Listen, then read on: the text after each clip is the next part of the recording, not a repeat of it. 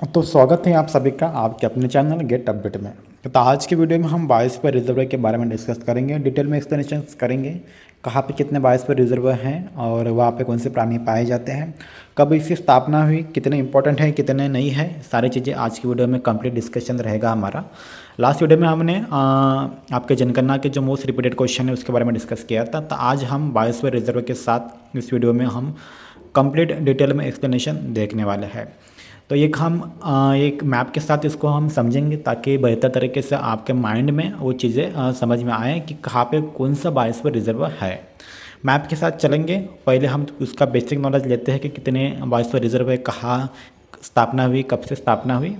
इन सारी चीज़ों में से भी एक आपका क्वेश्चन बनता है एग्जामिनेशन में। तो देखिए, पहले भारत में राष्ट्रीय बायोस्फीयर रिजर्व कार्यक्रम की शुरुआत हुई थी 1986 में, 1986 में, 1986 में। उसके बाद भारत सरकार द्वारा स्थापित कुल 18 बायोस्फीयर रिजर्व है। उसमें से केवल सिर्फ 12 बायोस्फीयर रिजर्व को यूनेस्को द्वारा मान्यता प्राप्त है। दोनों क्वेश्चन यहाँ पे इंपॉर्टेंट है। दोनों में से आपको एग्जामिनेशंस में एसएससी में क्वेश्चन पूछा गया था कि 18 बायोस्फीयर रिजर्व भारत में हैं, लेकिन उसमें से कितने बायोस्फीयर रिजर्व को मान्यता प्राप्त दी गई है, किसके तरफ से? आपके यूनेस्को तरफ से। तो कुल 12 है, तो ये आपका पॉइंट यहाँ से मोस्ट इंपॉर्टेंट बनता है। उसके बाद वर्ष 1971 में शुरू किया गया यूनेस्को का man and biosphere reserve programme है। उसके तहत ये 12 बायोस्फीयर रिजर्व को यूनेस्को की तरफ से मान्यता प्राप्त दी गई है। उसकी देखभाल या उसके वॉच उनकी तरफ से रहता है। उसके बाद आपके वन्य जीव संरक्षण अधिनियम 1972 का, ये भी डायरेक्ट क्वेश्चन पूछा जा चुका है, बहुत से एग्जाम है, तो आपको ये भी याद रखना है। देखिए, इसमें से आपके 2 पॉइंट मोस्ट इंपॉर्टेंट बनते हैं, बाकी पॉइंट सभी इंपॉर्टेंट हैं, लेकिन 18 बायोस्फीयर रिजर्व है, 12 को यूनेस्को द्वारा मान्यता प्राप्त है और वन्य जीव संरक्षण अधिनियम 1972 का है। इतने पॉइंट यहाँ से आपके इंपॉर्टेंट्स बनते हैं। बढ़ते हैं आगे। देखिए, तो बायोस्फीयर रिजर्व में आपके 3 जोन होते हैं। पहला जोन है आपका कोर जोन, मोस्ट इंपॉर्टेंट है, इसके बारे में भी डायरेक्ट क्वेश्चंस पिछले साल एसएससी में पूछा गया है। रेलवे में भी अभी एसआई की एग्जामिनेशन हुई, वहाँ पे भी क्वेश्चन पूछा गया है। बफर जोन क्या होता है? संक्रमण या ट्रांजिशन जोन, ये 3 जोन के बारे में डिस्कस करेंगे। तो ओवरऑल हमारे पास 3 जोन है बायोस्फीयर रिजर्व में। जो आपको मिडिल में दिख रहा है उसको बोलते हैं कोर जोन, सबसे संरक्षित रहता है और यहाँ पे कुछ भी मानवीय गतिविधियों का प्रतिबंध रहता है। उसके बाहर का जो रहता है उसके बोलते हैं बफर जोन, और सबसे बाहरी जो होता है उसको बोलते हैं ट्रांजिशन जोन। तो ये सारे जोन में एक्चुअली इंपॉर्टेंट क्या है, इसमें क्या पढ़ना चाहिए, ये हम अभी देखते हैं आगे। देखिए, तो पहला है हमारा कोर जोन, सबसे जो अंदर का पार्ट होता है उसको बोलते हैं कोर जोन। तो इसमें इंपॉर्टेंट है कि ये सबसे संरक्षित क्षेत्र होता है, इसमें किसी भी को प्रवेश वर्जित होता है, यहाँ पे मानवीय गतिविधियों पर प्रतिबंध होता है। तो ये सारी चीज़ें यहाँ पे आपको इंपॉर्टेंट रहेगी। डायरेक्ट क्वेश्चंस पूछा जा चुका है एग्जामिनेशंस में कि किस जोन में मानवीय सभी गतिविधियों पर प्रतिबंध है, तो आपका आंसर रहेगा कोर जोन। उसके बाद है बफर जोन। बफर जोन में आपका पूर्णतः नियंत्रित आपका गैर विध्वंसक प्रयोगों के लिए परमिशन होती है। उसके बाद पर्यटन हो गया, मछली पकड़ना, चराई अधिक कार्य के लिए यहाँ पे आपको छूट मिलती है। उसके बाद है थर्ड संक्रमण जोन, इसका ट्रांजिशन जोन है, ये बायोस्फीयर रिजर्व का सबसे बाहरी इलाका होता है, उसको बोलते हैं। उसके बाद यहाँ पे बस्तियाँ रहती है, कुछ फसलें यहाँ पे निकाली जाती है, तो यह सारी चीज़ें आपके संक्रमण जोन में आती है। उसके बाद यहाँ पे आर्थिक उपयोग के लिए भी इसका यूज़ किया जाता है, ट्रांजिशन जोन का बायोस्फीयर रिजर्व के। तो उतना इंपॉर्टेंट तो नहीं है, कोर जोन आपका इंपॉर्टेंट है, तो उसको आपको याद रखना है खाली। अब बात करते हैं जो 18 बायोस्फीयर रिजर्व है, तो वो कहाँ पे है, किस जगह पे है, कौन से स्टेट में आते हैं और कौन से उसमें प्राणी जो है पाए जाते हैं, उसके बारे में अभी हम देखेंगे आगे।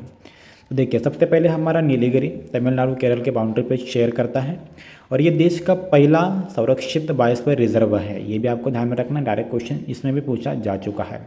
उसकी स्थापना हुई थी 1986 में, 1 अगस्त 1986 में आपके नीलगिरी जो बायोस्फीयर रिजर्व है उसकी स्थापना हुई थी। आप मैप में भी देख सकते हैं, इसलिए हमने मैप यहाँ पे लगाया कि ताकि आपको आसानी से उसकी अंडरस्टैंडिंग हो सके। उसके बाद ये नीलगिरी तहर और सिरपुच मकाक यहाँ पे आपको देखने को मिलते हैं। इस प्राणी के लिए ये नीलगिरी तमिलनाडु केरल का संरक्षित क्षेत्र है।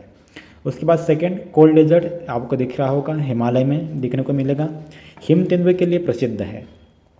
इसके बाद तीसरा नंदा देवी, ये उत्तराखंड, ये भी देखिए ये पूरा पट्टा आपका कोल्ड डेजर्ट है। नंदा देवी, कांचनजंगा, ये सारी चीज़ें एक ही पट्टे के, तो यहाँ पे हिम तेंदुए आपको देखने को मिलेंगे।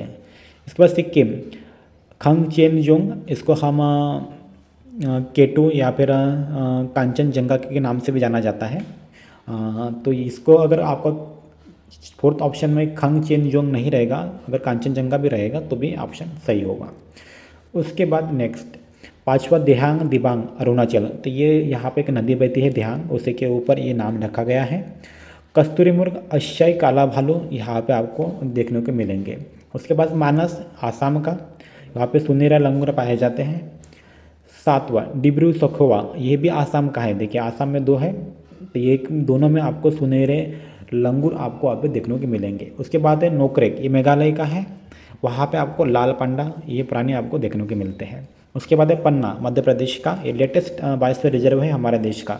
वहाँ पर चित्ता, चित्तल, चिंकारा और सांबर ये प्राणी वहाँ पे आपको देखने को मिलेंगे।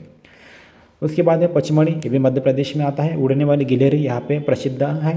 उसके बाद है अचानक मार अमरकंटक, ये मध्य प्रदेश और छत्तीसगढ़ की बाउंड्री को शेयर करते हुए 4 सींग वाले हिरन आपको यहाँ देखने को मिलेंगे। कच्छ गुजरात का सबसे बड़ा बायोस्फीयर रिजर्व है, भारतीय जंगली गधा यहाँ पे आपको देखने को मिलेगा। उसके बाद सिमलीपाल उड़ीसा में आता है, गौर और जंगली हाथी यहाँ पे आपको देखने को मिलेंगे। उसके बाद 14वां सुंदरबन पश्चिम बंगाल का, ये तो फेमस है रॉयल बंगाल टाइगर के लिए। शेषचलम है आंध्र प्रदेश का, पीले गले वाले बुलबुल और सफ़ेद गिद्ध यहाँ पे आपको देखने को मिलेंगे। अगस्तमाला ये कर्नाटक, तमिलनाडु, केरल तीनों की बाउंड्री शेयर करते हुए है, नीलगिरी थर और एशियाई हाथी के लिए प्रसिद्ध है। उसके बाद 17वें मन्नार की खाड़ी तमिलनाडु, यहाँ पे जीव डुगोंग और समुद्री गाय आपको देखने को मिलेंगे।